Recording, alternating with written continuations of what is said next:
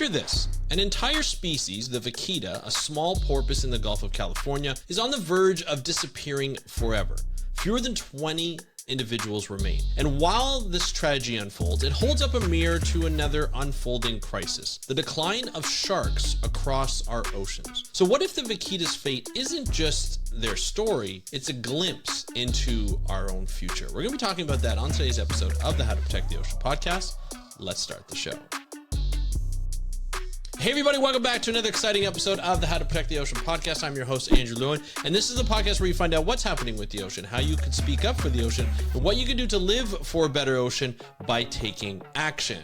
Today I'm diving into a powerful article by marine biologist and friend and writer Melissa Cristina Marquez. She wrote an article in Forbes which explores what the Vaquita's decline warns us about sharks. And the lesson is stark, it's urgent, and deeply personal, because when ecosystems unravel, we feel the impact. If you want to find out the whole article, you can find out by just clicking in the description if you're watching this on YouTube, or in the show notes, because the article will be there from Forbes. So I'll be sure to post that, because I always want to make sure that the people who write the articles get the credit and get read, not just listen to me like spew on about the article. Very much go to the article and read it, because not only is Melissa a great writer, but the story is very important. So I've talked about the Vaquita a number of times on this podcast, but I'm going to give essentially a description of what's going on. So the Vaquita is probably the most endangered marine mammal in the world, living in only one part of Mexico's upper Gulf of California, or Sea of Cortez, as it's also known as. Now its population has plummeted due to gillnet entanglement in illegal fisheries targeting another species, the totoalba.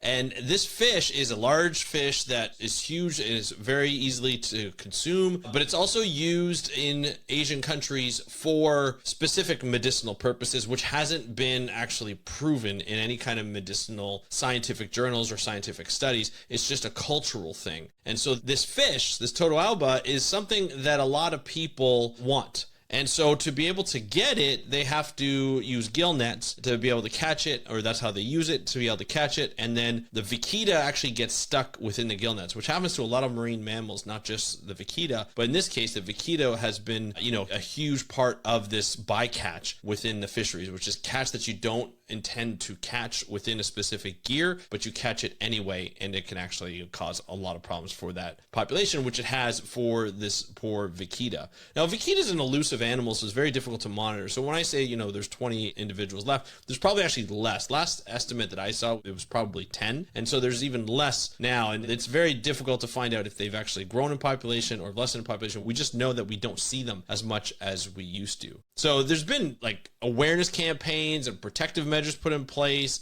Well, unfortunately, the efforts came too late. Like even the government of Mexico put in Navy ships to help take away the threat of gill nets. We even had the Sea Shepherd Conservation Organization come in and have their own boats to monitor for gill net use. The problem is you're bordering these poor fishing villages who know they can get money for these fish. So when some of them put out, not all of them, of course, when they put out their gill nets and they catch these fish, they get a lot of money for it. Then what happened is apparently organized crime got involved, and that makes it even more complex to stop this problem, because once organized crime gets involved, especially within a country like Mexico, you get cartels involved, it becomes a very difficult thing to stop. And so unfortunately, that bycatch from the Vaquita just continues to continue. And eventually what's going to happen is, people are like, it's probably too late for the Vaquita. We don't want to lose hope. I say this with a caveat. We never want to lose hope. We always want to bring them back from the brink. But to be in a realistic framework and mindset, it's probably too late for the Vaquita. However, there are a lot of organizations, a lot of individuals that are working to stop that from happening. So I don't want to dismiss their efforts and their ongoing efforts to do so. But there is a very big problem with the Vaquita, and there is a chance that we might lose the Vaquita to extinction because of us. It's another reason, it's because of us. But the Vaquita also stands as a symbol for what happens when conservation is delayed. And when we don't act in time, or when we don't act with enough effort, we get problems coming in and stemming in from inaction, which happens a lot within conservation. By the time sometimes we find out about a particular decline in a particular species or in a habitat, sometimes it's already too late to bring in action. Or some people will just be like, well, we're not going to bring in action, because it takes a lot of times. Because when humans are involved, there's usually money involved. There's usually a reason, like it's probably supporting something, maybe a community or something else. And you need to really make sure that your conservation is on point, but it's also working properly with local communities. Now, here's where sharks come in, because you're probably like, Andrew, you're talking about marine mammals. How is this involved with sharks? Well, the warning for sharks. So the same forces that threaten vaquitas, which is bycatch, overfishing, and weak enforcement, are pushing sharks towards collapse. So as an example, you see a lot of people along coastal villages in Africa that are very much remote, and you don't really see what's happening, and you start to see them fish for guitar fish or wedge fish that I learned in our podcast on Beyond Jaws with David Ebert. We covered a symposium for about a month that was happening online where we talked about how a lot of fishing nations, a lot of fishing communities will fish for sharks because that's what they eat, and they need to survive, and they need to sell the meat for food because they need to survive. Without identifying those communities and working with those communities to understand why they eat what they eat and maybe find different ways for them to make money or for them to consume fish of different sorts, it takes a long time to get in there. And so having that threat of bycatch, overfishing, and weak enforcement, and the lack of knowledge of the customs and understanding of the ways of each local community, which are unique within each one, makes it very difficult to fish.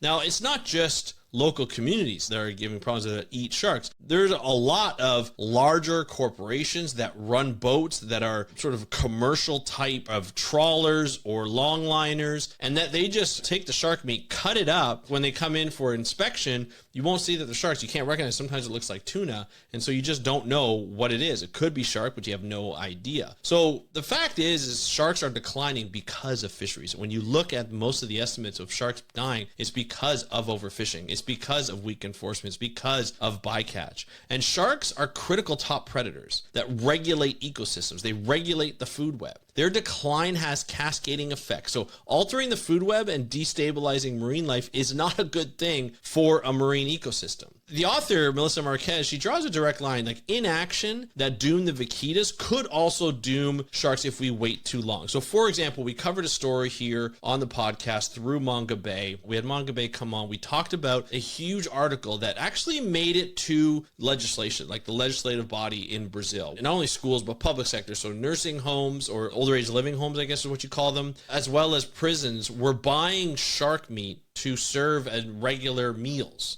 And so, not only is it not good for the individuals who are eating it because there's a lot of arsenic, there's a lot of mercury within sharks, and so eating that on a regular basis could harm their health, but it's also, there's no management on like what type of shark. We noticed that the article identified there were angel sharks within there that are endangered. And so there were a lot of problems with these types of animals that were being caught, and they weren't being managed, and they weren't being counted, and they weren't being monitored, and they weren't being regulated, and they could just get any type of shark. And that's going to decrease the population over time, especially feeding all these public sector works that need this type of food or that need food, and they're using the wrong kind of style of food. So here's the thing. There's a problem of acting too late. So, conservation often follows crisis and not prevention. We're not going after it at the beginning or understanding that there could be specific problems with this. We're not monitoring sharks on a regular basis. We're only monitoring on a reactive approach, not a proactive approach. And then the article also warns that by the time the laws are tightened or enforcement strengthens, populations may already be beyond recovery, just like the vaquita. So the vaquita teaches us to be proactive. Early measures and not reactionary ones are the only way to avoid irreversible losses. So getting out ahead of it. So looking at your coastline as a government or as an area, a local community, being like, what do we have in here? Let's just take an inventory of what do we have a lot of, what do we not see a lot of, and then do the management from there. Sometimes you can have local scientists or, partner up with larger organizations or even smaller ones to help you with that. And I think that's a really important one. And then the call to change is governments and industries must invest in monitoring, regulation, and enforcement before sharks reach like the vaquita-like levels of decline. So the public support, consumer choices, and pressure on decision makers are key. This is where you come in. If you like sharks, a lot of people do. We like watching shark documentaries. We like watching our shark movies like Sharknado and stuff like that because we like learning about sharks. We all want to know about sharks. It's something that we love to hate, but we also love them as well. There's a lot more people who love sharks and understand their importance, but they don't know how to protect them. That goes to, even here in Canada, voting for people who will vote for pro-environment type of ecosystem health, right? Whether they're a business person, a lawyer, an economist, you have to talk to them about what's important to you. And if the ocean's important, I don't care if you live in Ontario, I don't care if you live in the Midwest in the US or in England or in Ireland or Scotland or anywhere in Europe. If you live inland or along the coast, the ocean is important to all of us, and it's important for those bodies that are in charge of putting in regulations to be able to do that. Because even if you live in a country where there's a coast, I have 3 coasts, I have the longest coast in the world, just because my MP is in Burlington, Ontario, where I live, doesn't mean that it's not important for them to know about what's going on along the coastlines. That's very important. This story hits me, and not only as a marine biologist, but as a person. Like, the Vaquita is not just a porpoise. It's a warning sign. It's something that hits me, we could lose this species because of inaction.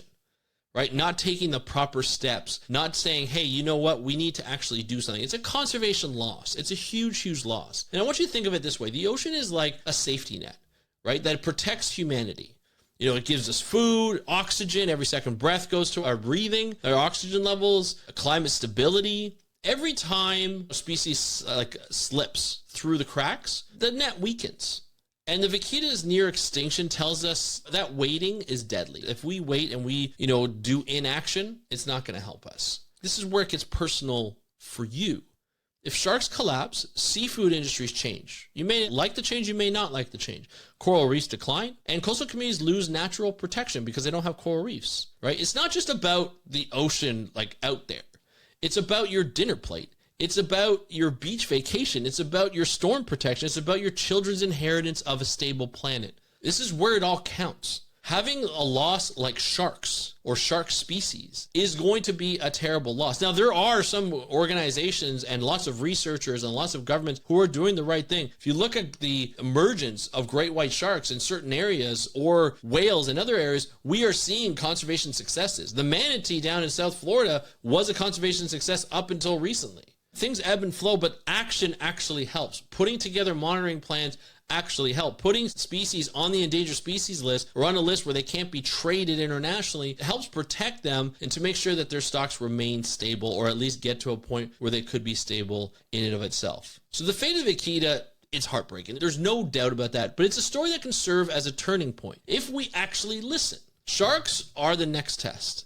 We are seeing a huge decline. We can't just keep saying, hey, there are estimated 200 million sharks die every year, because eventually we're going to run out. There's a tipping point. And if we wait until the numbers are as low as the Vaquitas, or we will act like people was like, well, how come there's not still time? Or people ask, why didn't you do anything when we had the time before? So this is a big step for us. This is the way you need to think about the ocean is don't wait till it's too late. Be proactive. As a voter, as somebody who lives in a democratic society and you have that say with the government, make sure there's regulation. Make sure you support research. Make sure you speak to scientists who are out there talking on a level like I am, or even bigger, or even smaller.